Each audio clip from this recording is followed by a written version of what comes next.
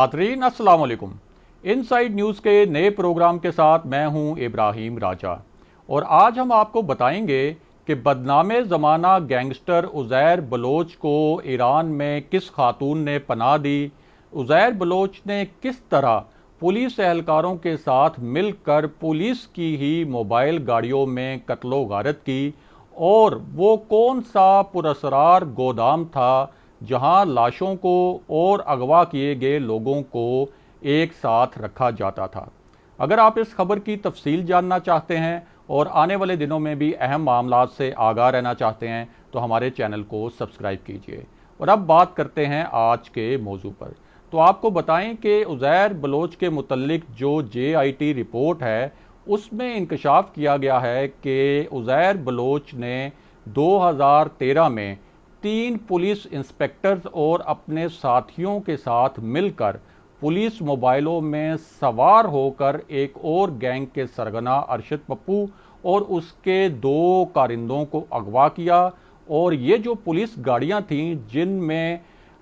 इस गैंग के 2 कारिंदों और अरशद पप्पू को अगवा किया गया था, इन गाड़ियों का इंतज़ाम इंस्पेक्टर जावेद ने किया था। फिर इन तीनों को एक गोदाम में ले जाया गया और वहां उन पर तशद्दुद करके इन्हें कत्ल कर दिया गया और कत्ल करने के बाद इनकी लाशों को जलाया गया और फिर वो जो इनकी झुलसी हुई लाशें थीं और झुलसी हुई जो इन लाशों की बाक़ियात थीं उनको एक गटर में फेंक दिया गया। इसी तरह इस JIT में ये इंकशाफ किया गया है और उज़ैर बलोच ने ये एतराफ़ किया है कि MQM अल्ताफ़ हुसैन ग्रुप के एक गैंग के एक कारिंदे ने उज़ैर बलोच को बताया कि उसने रेंजर्स के 2 एहलकारों को अगवा किया है और ये जो 2 रेंजर्स के एहलकार उस वक्त अगवा किए गए थे इनका ताल्लुक रेंजर्स के इंटेलिजेंस विंग से था और ये एहलकार उस वक्त अल्ताफ़ हुसैन के जो कारिंदे थे उनका एक जो गैंग था उसके मुतल्लिक इंटेलिजेंस मालूमात इकट्ठी कर रहे थे। और जब इन 2 रेंजर्स एहलकारों को अगवा किया गया तो उस कारिंदे ने उज़ैर बलोच को बताया कि उसने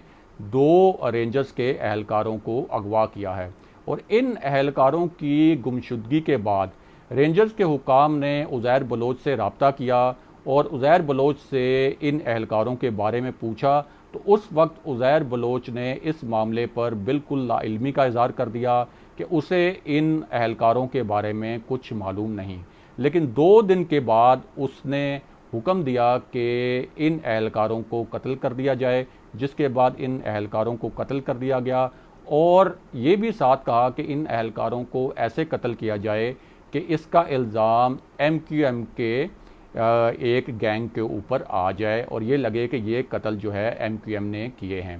अब उस वक्त ये एक बात भी अहम है कि लियारी गैंग के जो कारिंदे थे और MQM के जो गैंग थे वो इस तरह से आम शहरियों, ताजरों और सिक्योरिटी एहलकारों को कत्ल करते थे कि उनकी जो जिम्मेदारी है और उनके जो इल्ज़ामात हैं वो किसी और ग्रुप के ऊपर आ जाएं। इसी तरह इस JIT रिपोर्ट में एक बहुत ही हैरानकुन इंकशाफ किया गया है और ये बताया गया है कि उज़ैर बलोच की एक जो रिश्तेदार हैं वो ईरान की रिहायशी हैं और उनके पास ईरान और पाकिस्तान दोनों मुल्कों की शहरियत थी और उन्होंने उज़ैर बलोच को ईरान में पनाह दी। और ये जो खातून थी इसने उज़ैर बलोच का जाली बर्थ सर्टिफिकेट भी वहाँ बनवाया। इसके साथ साथ ईरान में उज़ैर बलोच का शनाख्ती कार्ड भी बना और उज़ैर बलोच का ईरान में ईरानी पासपोर्ट भी बनाया।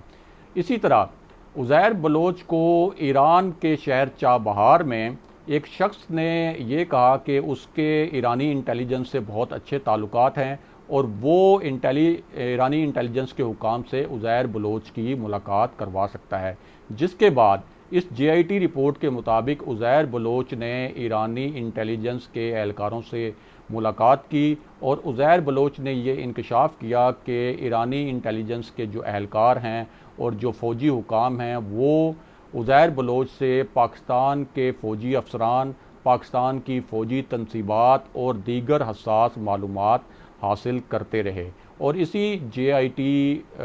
में ये सिफारिश की गई कि चूँकि उज़ैर बलोच ने पाकिस्तान के फ़ौजी अफसरान, पाकिस्तान की हसास फ़ौजी तनसीबात और हसास नक्शों वगैरह के बारे में एक गैर मुल्की इंटेलिजेंस एजेंसी को मालूमात फ़राहम की, लिहाजा उज़ैर बलोच का मुकदमा जो है वो मिलिट्री अदालत में, फ़ौजी अदालत में चलाया जाए। और फिर यह मुकदमा फ़ौजी अदालत में चलाया गया और उस मुकदमे के नतीजे में उज़ैर बलोच को 12 साल कैद की सज़ा सुनाई गई। इसी तरह ये जो JIT रिपोर्ट है उसमें उज़ैर बलोच ने ये एतराफ़ भी किया कि उसने शेर शाह कबाड़ी मार्केट जो है कराची की, वहाँ भी जो हमला हुआ था वो उसमें मुलव्विस था और इस हमले में कोई 11 ताजिर जो हैं वो कत्ल किए गए थे। और उसके बाद फिर शहर में एक पुरतशद्दुद फ़ज़ा फैली और बड़े हंगामे हुए और ये जो पूरा एक पुरतशद्दुद वाक़या था और ये जो हंगामे हुए उनमें मज़ीद 14 अफराद जाँ बहक हो गए थे। और इसके साथ साथ उज़ैर बलोच ने ये हैरान कुन इंकशाफ भी किया इस JIT रिपोर्ट में और ये एतराफ़ भी किया कि उसके पुलिस के साथ कराची में बहुत अहम और बड़े गहरे ताल्लुकात रहे और उसने SP इकबाल भट्टी को TPO लियारी तैनात करवाया और इसके साथ साथ 7 इंस्पेक्टर्स और कुछ सब इंस्पेक्टर्स को लियारी के मुख्तलिफ थानों में SHO लगवाया, ताकि ये इंस्पेक्टर्स और ये जो सब इंस्पेक्टर्स जब SHO बनकर उज़ैर बलोच के गैंग और उसके कारिंदों को तहफ़्फ़ुज़ दें। और इसी तरह इस JIT रिपोर्ट में ये इंकशाफ भी किया उज़ैर बलोच ने और ये एतराफ़ भी किया कि 6 नवंबर 2012 को उसके दोस्त अमीन बलीदी ने लियारी टाउन के नायब नाजिम मलिक मोहम्मद ख़ान को कत्ल किया और मलिक मोहम्मद ख़ान का ताल्लुक़ जो है वो पाकिस्तान पीपल्स पार्टी से था और मलिक मोहम्मद ख़ान के कत्ल के बाद ही लियारी में ऑपरेशन शुरू हुआ था। इसके साथ साथ आपको बताएं कि उज़ैर बलोच ने इस JIT रिपोर्ट में ये एतराफ़ भी किया कि जब चील चौक में लियारी के पुलिस ने ऑपरेशन शुरू किया था तो उस वक्त उज़ैर बलोच ने अपने कारिंदों को हुक्म दिया कि पुलिस को हर सूरत में चील चौक तक ही महदूद रखा जाए। और उसके लिए फिर जो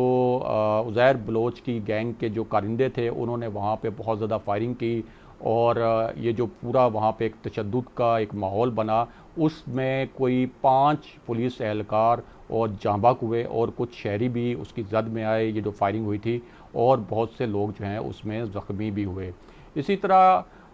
उज़ैर बलोच ने इस JIT रिपोर्ट के मुताबिक तशद्दुद के जो दीगर वाक़यात हैं उनमें भी मुलव्विस होने का इंकशाफ किया और कुल कोई 198 कत्ल ऐसे बताए गए हैं जिनमें उज़ैर बलोच डायरेक्टली या इनडायरेक्टली इन्वॉल्व रहा। इसके साथ साथ इसी JIT रिपोर्ट में उज़ैर बलोच ने यह भी बताया कि वो कराची में ख़ुद और उसका जो गैंग है और वो उसकी गैंग के जो कारिंदे हैं वो कई थानों पर हमलों में भी मुलव्विस रहे और वहाँ उन्होंने थानों में तोड़ फोड़ भी की, वहाँ पुलिस एहलकारों पर तशद्दुद भी किया और कुछ पुलिस एहलकारों को उज़ैर बलोच का जो गैंग है उसने अगवा भी किया। और ये जो JIT रिपोर्ट है इसमें एक तो कराची में जो तशद्दुद के वाक़यात हुए उसके हवाले से जो इंकशाफात किए गए वो तो हैरान कुन और अहम हैं ही, लेकिन इनमें जो बहुत हसास नौइयत का और अहम इंकशाफ है वो ये है कि ईरानी इंटेलिजेंस के जो एहलकार हैं वो उज़ैर बलोच से, जब उज़ैर बलोच ने ईरान में पनाह ली हुई थी तो पाकिस्तान की फ़ौजी तनसीबात और पाकिस्तान के फ़ौजी अफसरान के बारे में मालूमात जो हैं इकट्ठी करते रहे। और इस JIT रिपोर्ट के मुताबिक यही वजह थी कि उज़ैर बलोच का जो मुकदमा है वो फ़ैसला किया गया कि फ़ौजी अदालत में उसको चलाया जाए। अब इस पूरे मामले में और इस पूरी सूरत हाल में और ये जो JIT रिपोर्ट में इंकशाफात किए गए हैं बड़े हैरान कुन किस्म के, उसमें बहुत अहम बात ये भी है कि इससे साबित होता है कि हमारा जो सियासी निज़ाम है उसका एक हिस्सा और एक पहलू कितना घिनौना भी है। हम सब जानते हैं कि उज़ैर बलोच जो हैं वो पीपल्स पार्टी की मरकज़ी क़यादत और जो पीपल्स पार्टी के मरकज़ी रहनुमा हैं उज़ैर बलोच उनके बहुत करीब रहा और किसी वक्त में उज़ैर बलोच को पीपल्स पार्टी के रहनुमाओं की बराह रास्त और खुली हमायत भी हासिल रही। और फिर हमने ये देखा है कि इस JIT रिपोर्ट में जिस किस्म के इंकशाफात किए गए हैं उससे ये पता चलता है कि जब इस किस्म के अनासिर यानी जो तशद्दुद में मुलविस हों, भत्ताखोरी में मुलविस हों, और उनको जब कोई भी सियासी निज़ाम या सियासी निज़ाम का कोई हिस्सा तहफ़्फ़ुज़ फराहम करता है तो उसके कितने खौफनाक नताइज निकलते हैं। नाज़रीन, आज के प्रोग्राम में हमने आपके साथ जो खबर शेयर की, आज हमने आपके सामने जो तज़िया पेश किया, इसके मुतल्लिक फ़ीडबैक दीजिए, इसके मुतल्लिक कमेंट्स कीजिए। और अगर आप आने वाले दिनों में भी अहम मामलात से आगाह रहना चाहते हैं तो हमारे चैनल को सब्सक्राइब कीजिए। अगले प्रोग्राम तक के लिए खुदा हाफिज़।